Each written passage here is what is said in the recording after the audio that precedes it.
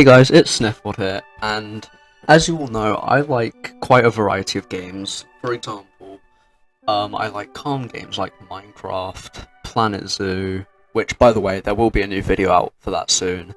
Um, and also I like more sort of adventure-y slash fantasy games like Pokemon and Terraria, along with some of also the more like intense, violent games like GTA, Duke Nukem, stuff like that.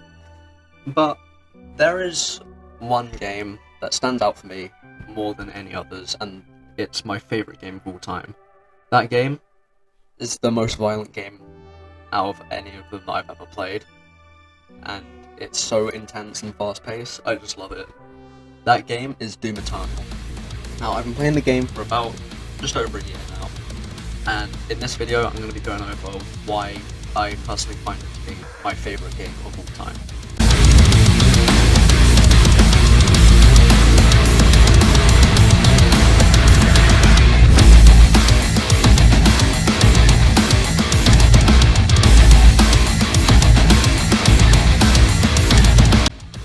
Right, so I think what would probably be best is if I start off with the lore of the game and then move on to the plot. So, just so you know, this is the lore of pretty much the entire Doom franchise leading up to Eternal Gods. So, at the start of time, there was this big man, this big lad. He was called Davos, and he created the universe. He served as a god, and he created Jakad, which is basically the first realm. And he also created Father, basically just to help him, because basically, Davos wanted his people to be immortal, so that's the reason he created the Father, to help him find out, like, the key to immortality. So the Father created, basically, these, like, moth angel things, called the Makers, who were meant to help them find the key to immortality. So, and one of these Makers that the Father created was the Seraphim, Samuel Hayden, the Father's right-hand man. And so, after a while, the Makers found the key to immortality, but they didn't want to share it with Davos. They wanted to keep it for themselves, just so their society could thrive. And so, basically, they concealed Davos into his life sphere. So, basically, the Father's physical body was in the life sphere, but he could still have some influence over the universe. Anyways, so the people of Jakad after that slowly start becoming corrupted, eventually turning into the demons, and Jakad, the first realm, became Hell. So after that, the Father basically he just walked up to the Seraphim and was like, "Hey, bro, put me in a life sphere." The Seraphim was like, "Okay," so he did. So that means both the Father and the Father and Davos, the Dark Lord, are in the life spheres. And this basically broke one of the rules of Urdak, so with the Makers. So once every 10,000 years, all of the Makers just combine their collective minds to form the Khan Maker, and after 10,000 years there'll be a new one. But since the Father's gone, he kept that all in place. Basically, the current Khan was immortal, pretty much. And then there's just there's a massive, like, I don't know, jump forward in time to like 2022, something like that, where the UAC begins trying to make portals on Mars, and the demons pull up, they pop out at the after party. So basically, in an argument, this guy, who we don't really know too much about yet, definitely not the main character, fucking Doom guy, he assaults his superior officer in the military, and he is sent to Mars with another team as punishment, basically just to try and keep guard on the portals or something. Anyways, his squad of Marines get killed by demons. He's the only one left. So he basically has to go through Mars and Hell to kill the demons, and then pretty much straight after, they invade Earth, kill the pet rabbit. So that's the events of Doom 1. So the events of Doom 2, the Slayer goes back to Earth and kills all the demons. And then that's pretty much the entire events of Doom 2 as well. Now we're on to Doom 64. The Slayer goes back to Hell to kill all the demons from there, or at least what he thinks is all the demons. And then he basically just gets transported to Sentinel Prime, where he's found outside the castle walls. The priest, Degrad and Degrana, they basically like, haha, he gets to go to the Colosseum, and he has to fight people to prove his worthiness. And so, he just beats everyone up. He gets basically given a job as a front line in the Sentinel army. But he keeps talking about the demons. So what happens here is the Khan Maker is like, hey bro, tell me about the demons. So the Doomslayer tells her about the demons. So King Novik sees the Doom guy's hatred for the demons and promotes him to a Knight Sentinel, which is the highest rank as Sentinel. And so then a Titan invades the city of Tarsabad, the Sentinel city, Doom Eternal. So the Slayer meets the Seraphim, and the Seraphim takes Doom Guy to this chamber where it has this like maker technology machine called the Divinity Machine. And once he's put in it, it's kind of like it gives him pretty much infinite power, turns him into a god pretty much.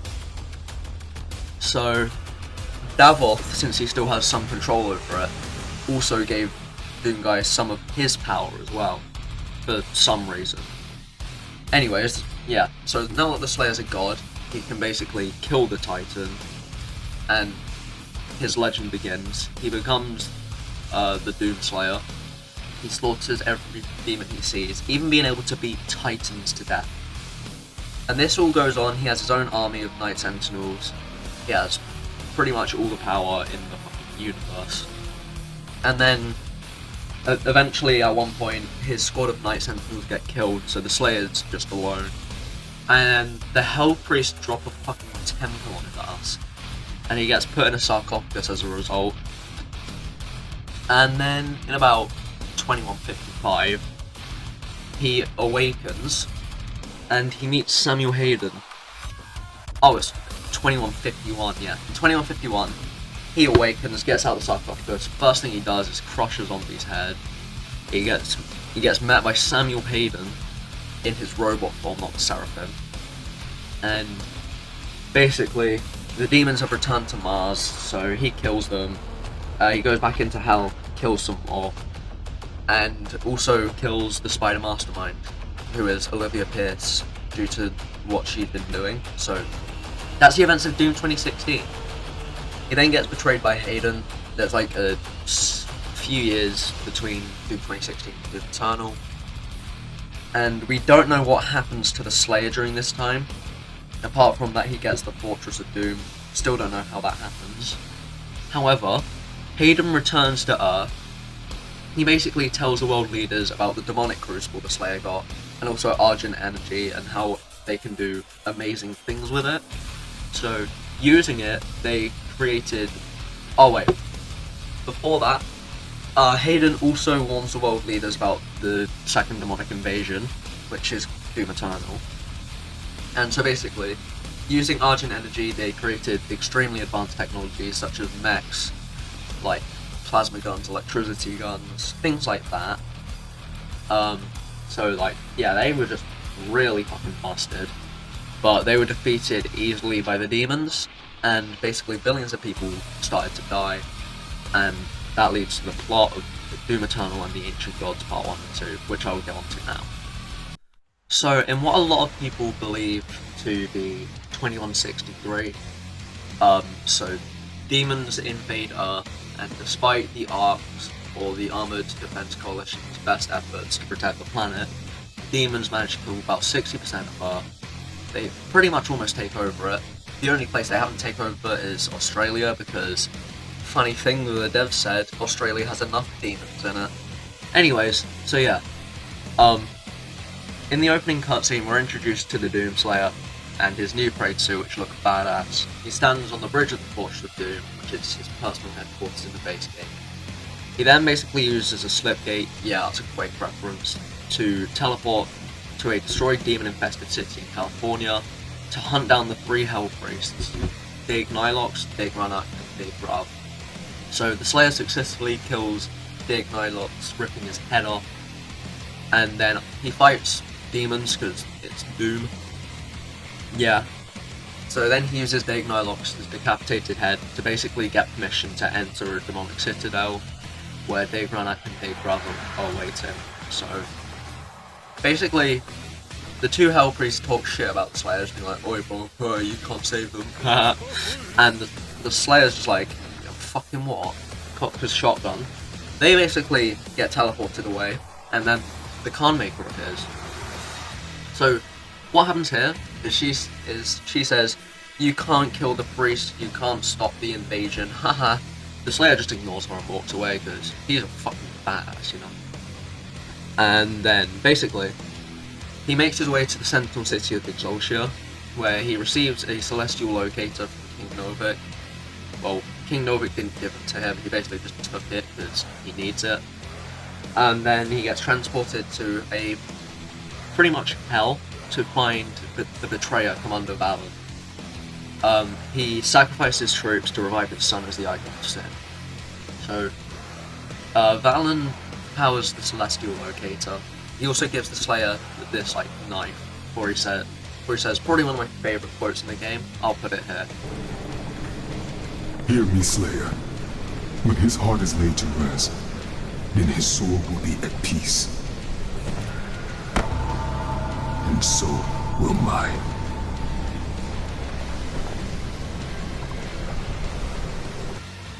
Anyway, with this new celestial locator, the Slayer can track Dave Ranak to an Arctic citadel, where he is basically keeping Santa hostage.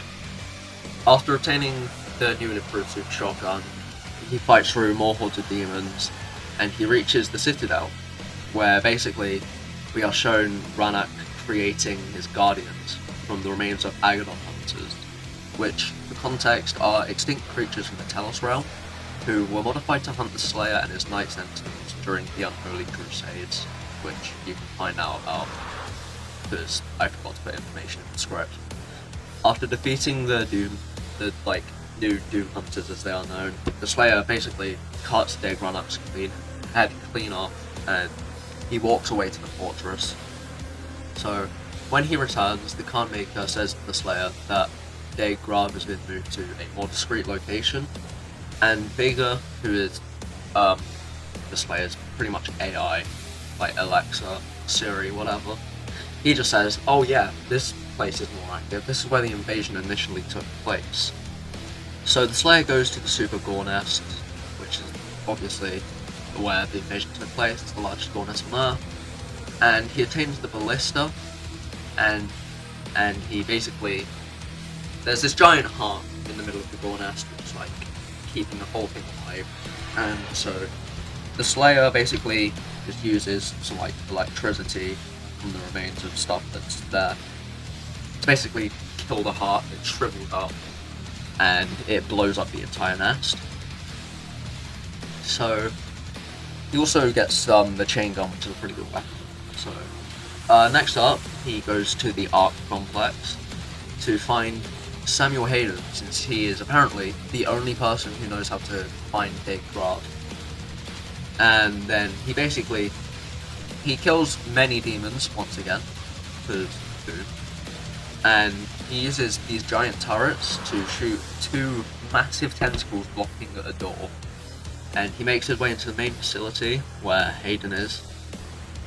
An Ark intern he's basically like, "Oh my god, holy shit, it's the guy." He just runs up to him. He shows him where the demonic crucible is. Basically, he said that Dr. Hayden was convinced the Slayer would come back to find the crucible. The intern basically then leads him to Hayden, who was torn apart, but he's literally ripped in half, because he was leading a battle against the demons before the events of Doom Eternal. So he was using the demonic crucible as a weapon, but the demons ripped him apart. They managed to get his torso and head back. So yeah. After being told about how the Ark was waiting for his careful extraction from the repair, the Slayer very gently rips that fucker out of the fucking complex and throws him into the fucking atmosphere. And by the atmosphere, I mean the Fortress of Doom. But yeah, he fucking does that shit, Jesus Christ. Anyway, not long after, a sentinel corrupted by the forces of hell to the point where he's literally become a demon is sent to kill the Slayer, which is the introduction of probably my favourite enemy in the game, or at least one of them, the Marauder. Look how fucking badass he is. I'm putting a cutscene up now. Anyways, if you're not a game journalist, the fight is extremely easy and only lasts a few seconds before the Marauder gets killed. Which is a bit funny considering how he does that like whole speech in his cutscene to make it seem like he is really powerful and shit. Anyways, next up, the Slayer basically uploads Dr. Hayden's mind into the Fortress of Doom, and he reveals that Daygrav is hiding on Sentinel Prime.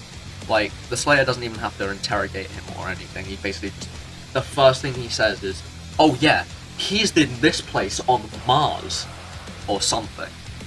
So, what they have to do, they have to get to the city, and there's only one way they can, which is through the city of Tibet. And that's a city inside of Mars, and the Slayer has a eureka moment. The light bulb above his head turns on. An idea so smart that it rivals the invention of the wheel. An idea that you can't just shoot a hole into the surface of Mars. So, yeah, the Slayer goes to the UAC's Phobos base, shooting a giant fucking hole into the surface of Mars, using the BFG 10,000. He then takes the power source of the BFG 10,000, which is the BFG 9,000, to help him on his journey, and he teleports to what remains of the Mars surface that he shot a hole into, and he uses himself as ammo for the UAC's ion catapult, because he needs to get to an escape pod or a teleporter. He finds an escape pod, which he uses to get to the city of Tibet, and after using a giant slipgate, he gets to Sentinel Prime, and this is where he starts having Vietnam flashbacks. This is where he is confirmed to be Doom Guy from the classic Doom games. He is badly wounded, found outside the city. He was forced by Daygrav to fight in the arena. So, impressed by his ruthlessness, the priests induct him into the Sentinels, and the Khan Maker inquires into Doomgu's knowledge of the demons. Which is weird, because obviously you'd think this holy godlike angel being would have known of hell and the demons, because, yeah, pretty much God without God without God, because Khan Maker the father. Yeah, you get it. Anyways, so, once you return to the present, Daygrav is in the arena, and he's just like, if Sentinel blood spilled on these holy grounds, you'll lose all sovereignty here. The Slayer's like, I don't give a fuck. Anyways, Daygrav shows him his guardian, who is the Gladiator, who has been part of the Sentinel arena for a long time, undefeated. He's basically a giant demon, kind of goat-looking thing, with two maces and a shield. So the Slayer basically destroys his shield. He had one mace in one hand, and after the shield is destroyed, he gets out the other mace. So the Slayer basically does some satanic jump rope and stuff like that, shoots him up, and eventually the Slayer uses the Gladiator's mace against him and crushes his fucking head. So after that, the Slayer knowingly commits a war crime by shooting Daygrav's head off. Notice how all the priest deaths are about removing heads. Anyway, yeah, he kills Daygrav, spilling Sentinel blood on the holy grounds of the Colosseum before returning to the fortress. And after killing the priest, the Khan Maker disables power in the fortress, and she says, oh yeah, this place will serve as your prison now. And then she says she'll reawaken the icon of sin to destroy Earth.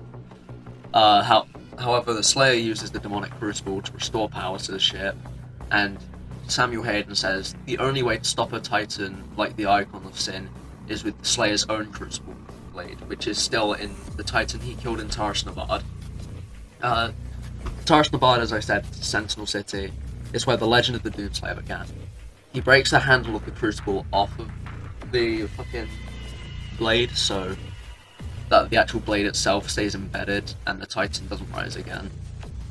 He repowers the crucible, which creates the strongest weapon in his arsenal along with the BFG, because the crucible fucking one hits anything. Anyways, at this point, the Slayer's ready to go stop the Khan Maker. When she's outside of her home realm of Urdak, she's unkillable, but since she's inside Urdak to awaken the Icon of Sin, she can fucking die. Alright, so next up, the Slayer returns to Hell once more. He makes his way through Necropole, the City of the Damned, where the Makers create Argent energy using Defiant Sentinel and Hell energy, inside of this place called the Soul Factory, which is where humans are transformed into demons. So, the Slayer fights and defeats Calabas, the Sightless Judge, who determines who can start the soul extraction process, and he climbs the Soul Factory to get to Urdak via a portal in which the Argent energy is being transmitted up. So yeah, he arrives in Urdak, and he finds the Khan Maker, who's using the heart of the Betrayer's son to control the Icon of Sin. And remember that knife that Slayer got given by the fucking Betrayer? Yeah, he pulls that out. It's the only time you see it in the game again. He fucking stabs the heart, it has some like holy light come out or something, and it explodes. The Icon of Sin awakens off of that and just, he's like, yeah, I'm gonna head out.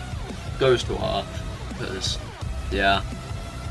And basically, he went through a giant portal, which quickly closed behind him, so the Slayer has to find a new way to get to Earth. So, there are 3 teleport rings, which basically allow the Khan Maker to travel between realms. So, what happens there? The Slayer has to realign them. So, for the first ring, he had to put Vega into to make sure the portal stays open, and he just like, yeah, puts him in there, and Vega's just like, hey, I can see, I must be God. So yeah, he basically he questions if he is the father who created and maintained Urdak, and after realigning all 3 wings, the Slayer is confronted by the Khan Maker, who can't let him survive because he's just ruined her planet pretty much. She tells him Urdak must destroy Earth to survive, and the Slayer kills her, revealing an alien, almost reptilian identity, which I'll put in the image or clip of the cutscene up. And as she dies, the life sphere in her chest descends and explodes, causing a storm which puts Urdak in ruin.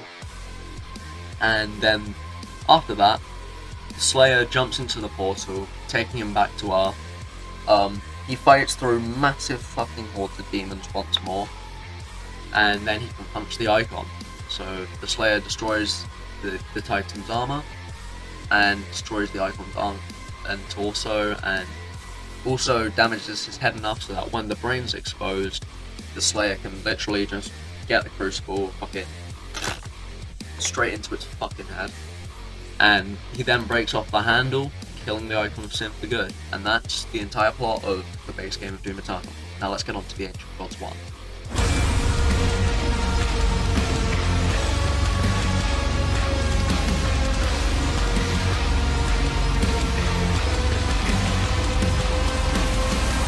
So, a little while after the defeat of the Icon of Sin and halting the demonic invasion of Earth, the Slayer wasn't done.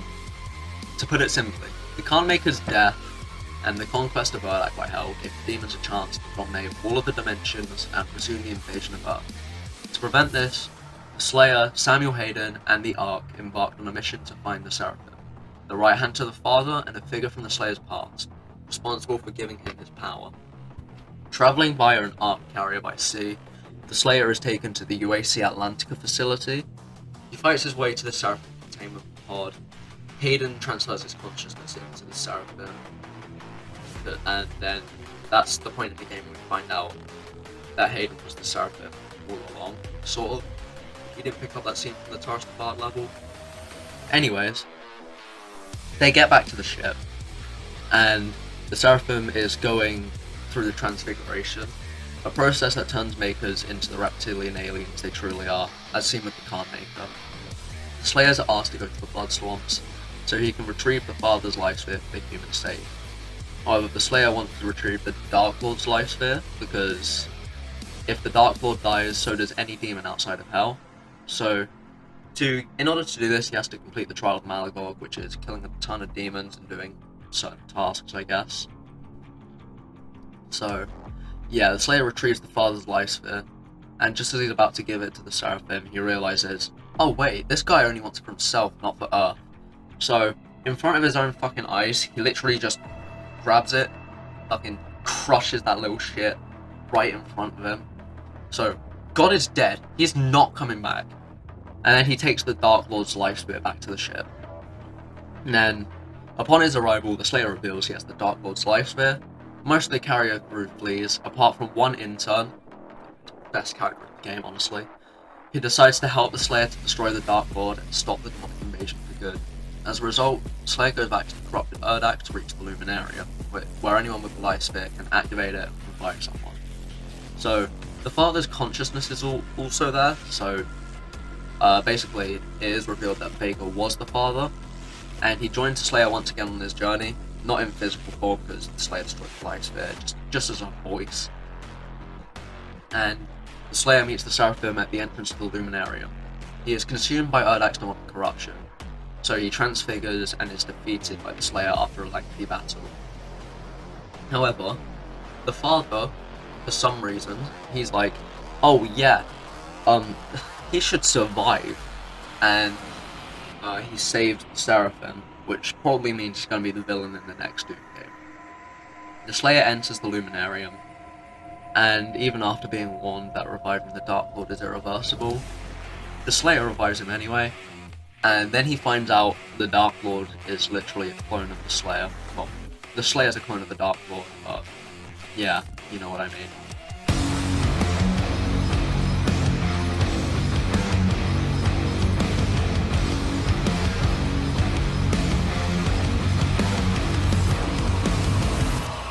Alright, and on to the plot of the Ancient Gods 2. So it starts literally a second after the Ancient Gods 1, with the Slayer and the Dark Lord in the Luminarium. The Slayer shoots the Dark Lord, only to find out no one can be harmed in the Luminarium.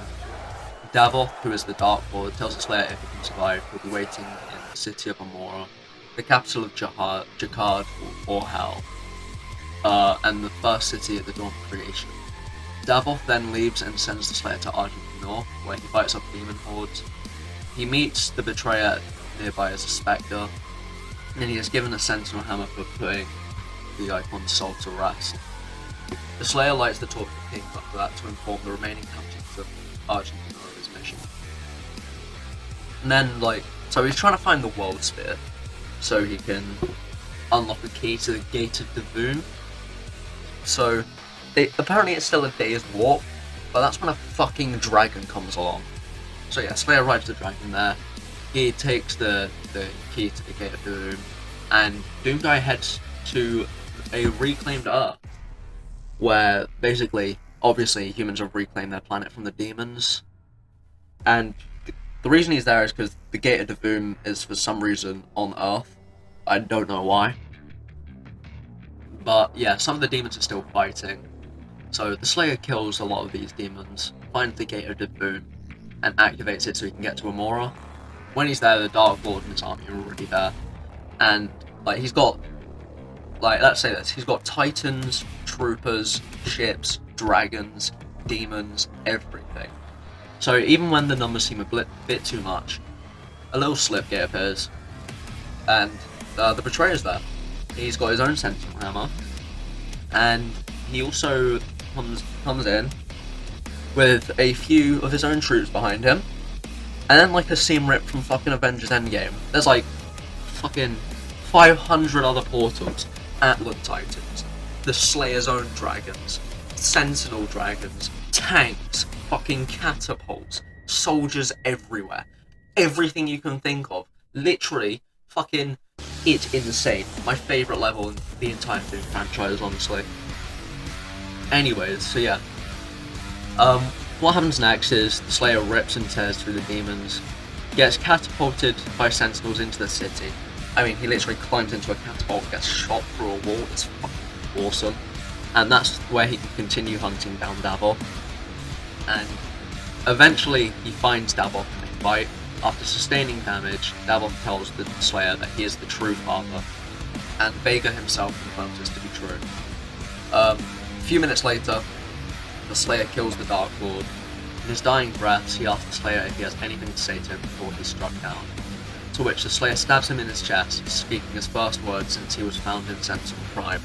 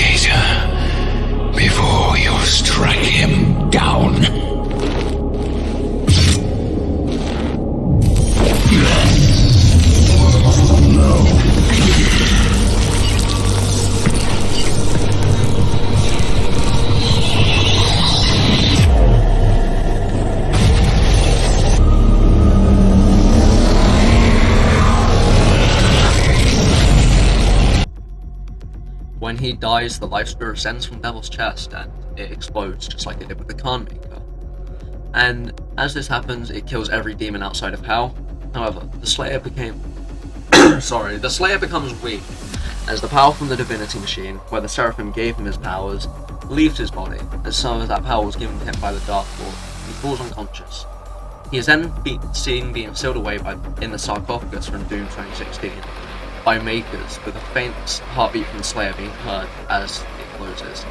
And that ends the plot of Doom Eternal and the entire Doom franchise until the next game.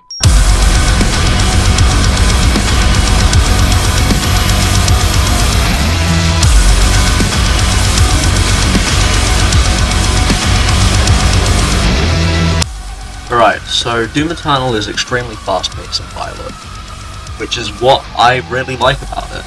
The game is set literally everywhere, from Europe to California, to Mars, to Heaven, to Hell. Notice how all those places got a bit more dangerous as you went up the list.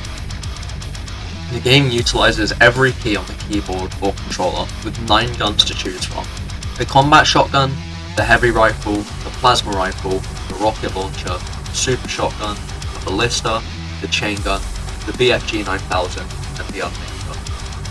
Most of these weapons have 2 mods, the only ones that don't being the Super Shotgun, the BFG, and the Atlantica. So for example, the Combat Shotgun has a mod where it basically turns full auto, and it also has a mod that turns it into a grenade launcher.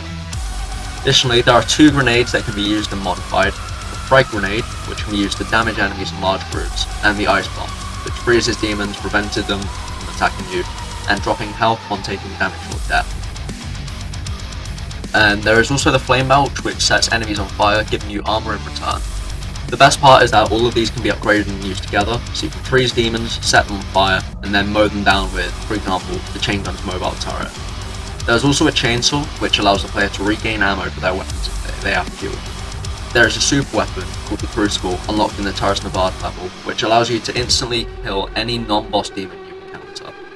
It can store up to 3 charges, with others being found around the map. The Sentinel Hammer replaces the Crucible in the Ancient Gods 2, and it basically throws you into the air and throws you back down, which stuns enemies and they drop ammo. It also boosts the amount of health and armor if you use the Ice Bomb and Flame Belch with it. There is also the Blood Punch, which basically, well, I'll talk about that in a second, but we've also got Glory Kills, which basically, if an enemy takes enough damage, they'll stagger and basically just flash like blue and orange, and then it just puts you into a cool little animation where you just like kill them in a brutal way. And if you do enough of these, you can get a Blood Punch, which so a Blood Punch is you punch a single enemy and it deals loads of damage, and it creates a shockwave that damages a bunch of other enemies as well. Some demons are weak to this, like the Sled on the Doom Hunter. The Pinky gets 1 hit by a Blood Punch, and things like that. I think that's all things for weapons, so I'll move on. The boss battles in the game are amazing. There are technically 5 boss fights. The Doom Hunter from the Doom Hunter base level, because that has the first phase with 1, second phase with 2. The Marauder and Arc Complex, the Gladiator and Sentinel Prime, the Khan Maker, and the Icon of Sin. The game also has Calibus, the Sightless Judge, as a mini-boss in the Necromorph level. The Ancient God Part 1 has 2 boss battles, the Eye of Malagog and Samo Maker, aka the Seraphim, and in the Ancient Gods 2, we have Daboth, aka the Dark Lord. There are 4 categories of demons in Doom Eternal. So there is the Fodder, which is small weak demons, basically serve as free ammo / armor / health. Examples include zombies, imps, hellified soldiers, mecha zombies, gargoyles, lost souls, shield soldiers, chain gunners, which are exclusive to the Ancient Gods 2, stone imps, also exclusive, demonic troopers, and screechers, which are also exclusive. There are also heavy demons, which are larger, stronger demons who use 3 chainsaw fuel, but they are easy to defeat if you know what to do, or what weak points it has. For example, there is the Arachnotron, the Cacodemon, the Hell Knight, the Revenant, the Mancubus, the Whiplash, the Pinky, the Carcass, the Prowler, Spectre Pinky, Cyber Mancubus, Dread Knight, Pain Elemental, Maker Drone, Cursed Prowler, which is Ancient Gods 2, Blood Maker, Ancient Gods 1 and 2, and Spectre Whiplash, which is Ancient Gods 1. So, then there's Super Heavy, which is the largest or strongest of the demons. They are ammo sponges and have certain methods of being killed. Examples being the Doom Hunter, the Baron of Hell, the Marauder, the Tyrant, and the Armored Baron, which is exclusive to the Ancient Gods Part 2. And then there are ambient demons, which are usually weak, they provide minimal threat, some can help, some can hurt you or cause problems. Examples are the Buff Totem, the Tentacle, the Giant Tentacle from the Ancient Gods 1 and 2, the Turret from the Ancient Gods 1 and 2, the Cue-Ball, and the Spirit from the Ancient Gods 1 and 2. Each level in the game has a really unique layout with stunning visuals and a lot of secrets, encouraging players to go find these collectibles. These can be anything to cheat codes, to music, to figures of the Slayer and the demons. Each level has arenas where hordes of demons spawn and the Slayer has to kill all of them to progress. There's also secret encounters where the Slayer gets teleported to a large arena to fight strong demons. These are called Slayer Gates, and winning them unlocks an Imperium key, which unlocks the Unmaker in the Fortress of Doom if you win against all 6 Slayer Gates. The Fortress of Doom, it serves as a hub level where the Slayer can unlock perks to modify weapons, upgrade the suit, and practice in an arena fight against demons. The fortress also contains the Slayer's quarters, where you can view your weapons and figurines you collected, and you can even play the classic Doom from 1993 and Doom 2 from 1994, the requirements on there. For Doom 2, you have to put a password, that password is Flynn Taggart, there you go. Have that on me. And for Doom 1, you just have to find all the cheat codes in the game. Finally, you can upgrade your weapons and equipment with different currencies. Firstly, to upgrade weapon mods, you have the weapon points. I'm reading this from a script, but I'm still forgetting what I'm saying. Anyways, yeah, there's weapon points, which give you minor upgrades to mods on your weapons. For example, reduce cooldown time on the Super Shotgun's meat hook, or bigger blasts on this Combat Shotgun's sticky mod. And once those have been upgraded, it can give you a task involving the weapon mod. And when you complete that task, it gives a major upgrade for the mod. So, for example, once again with the Super Shotgun's meat hook, if you complete that task, the Super Shotgun meat hook sets enemies on fire, which lets them drop armor. And there is also the energy shield on the chain gun. So if you complete the task for that, once you've dealt enough damage with the chain gun, you can fire the energy shield at demons. These tasks can also be bypassed using a mastery token. Secondly, you have Sentinel Crystals. Each Sentinel Crystal allows you to boost either your health, armor, or ammo. You can collect a maximum of 12, and using Sentinel Crystals, you can also upgrade your Flame Belch and other things such as item pickup range. Thirdly, there are Praetor Suit points. The Praetor Suit point allows you to upgrade a few things. Firstly, you can upgrade the Frag Grenades, which can be upgraded to reduce cooldown time, emit a second explosion, drop scatter bombs upon killing an enemy, and allows you to throw 2 grenades at once. Then there's the Ice Bomb, which can also reduce cooldown time, freeze enemies for longer, deal more damage to frozen demons, and it allows frozen enemies to drop health upon death. There is also the option to upgrade traversability, such as faster weapon mod swap, faster ledge climbing and monkey bar swinging, faster dash refill, and dashes being refilled on glory kills. Fourth category, exploration. Upgrades include revealing the automap location, which reveals part of the level map, revealing the location of all progression items, revealing what progression items are available in the level, and giving a larger reveal radius on the automap. Finally, there's the environment category, which gives the following upgrades. The radiation suit item taking less damage from toxic water and sludge, immunity to barrel explosions, respawning barrels after a few seconds, and barrels leaving behind ammo when destroyed. Now we'll get onto the graphics section, because, I mean, we just have to talk about that. Oh, there is one thing I forgot to mention as well. There is one other way that you can upgrade like the Slayer, and that's through rooms. So like, these can be found like multiple levels. There's 9 you can collect in the base game. And those basically improve like basic stuff, like you can have better mobility in the air, you can drop health, blood punctures, and multiple upgrades to glory kills, so like danger speed moves, one glory kills faster. Enemies killed by or under the effects of equipment reduce their recharge time.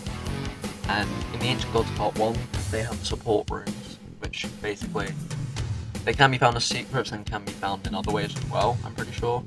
I think through Slayer games. So, they are basically hitting a weak point makes it custom fast. And you think you can get back an extra life if you lose one after a specific amount of time. I can't remember what the other one is. I'll probably put up on the final.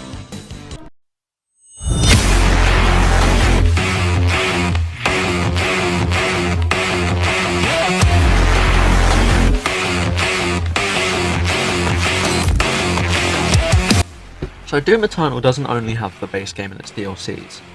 There's also a couple of game modes. One of them is Horde mode. Now, I would explain this, but I've already made a video on it and about the update it came out, so I will put a card up there for the video.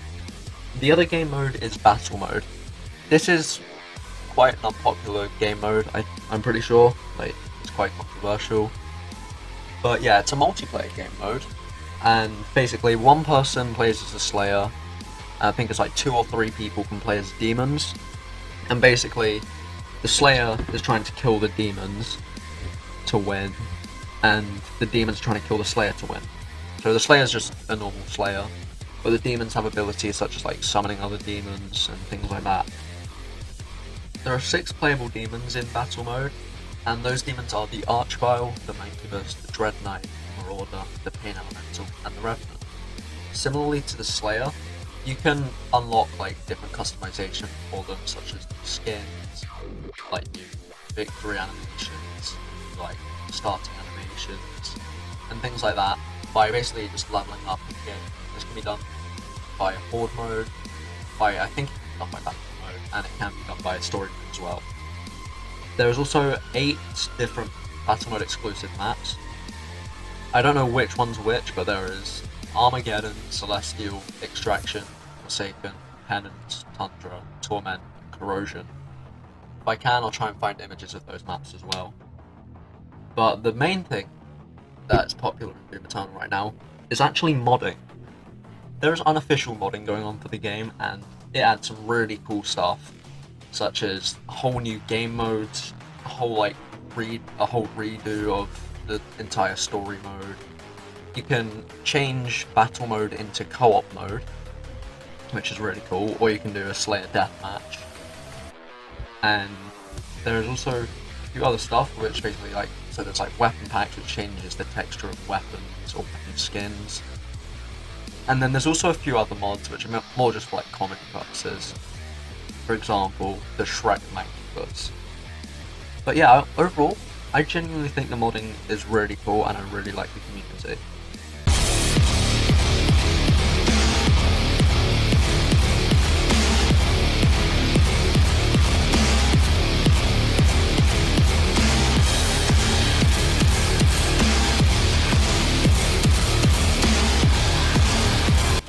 So there's not really much I have to say about this, but I did want to talk about it because the graphics in this game are stunning.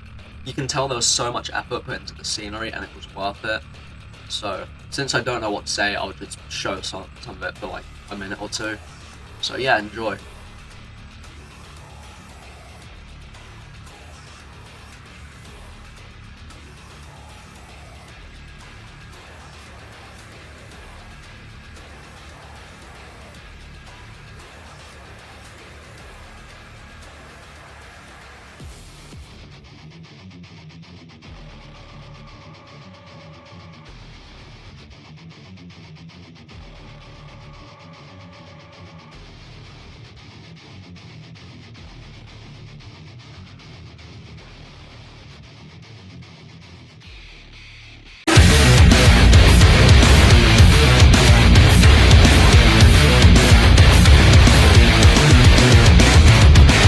Okay, I know I said I couldn't not talk about the graphics, but I think this bit is more important. This is the final part of the video, and oh Jesus Christ, I just love this part so much. I might love it more than the gameplay, honestly.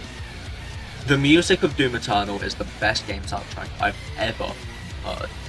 There are 3 composers. Firstly, there's Mick Gordon, who composed the music for Doom 2016 and Doom Eternal basically.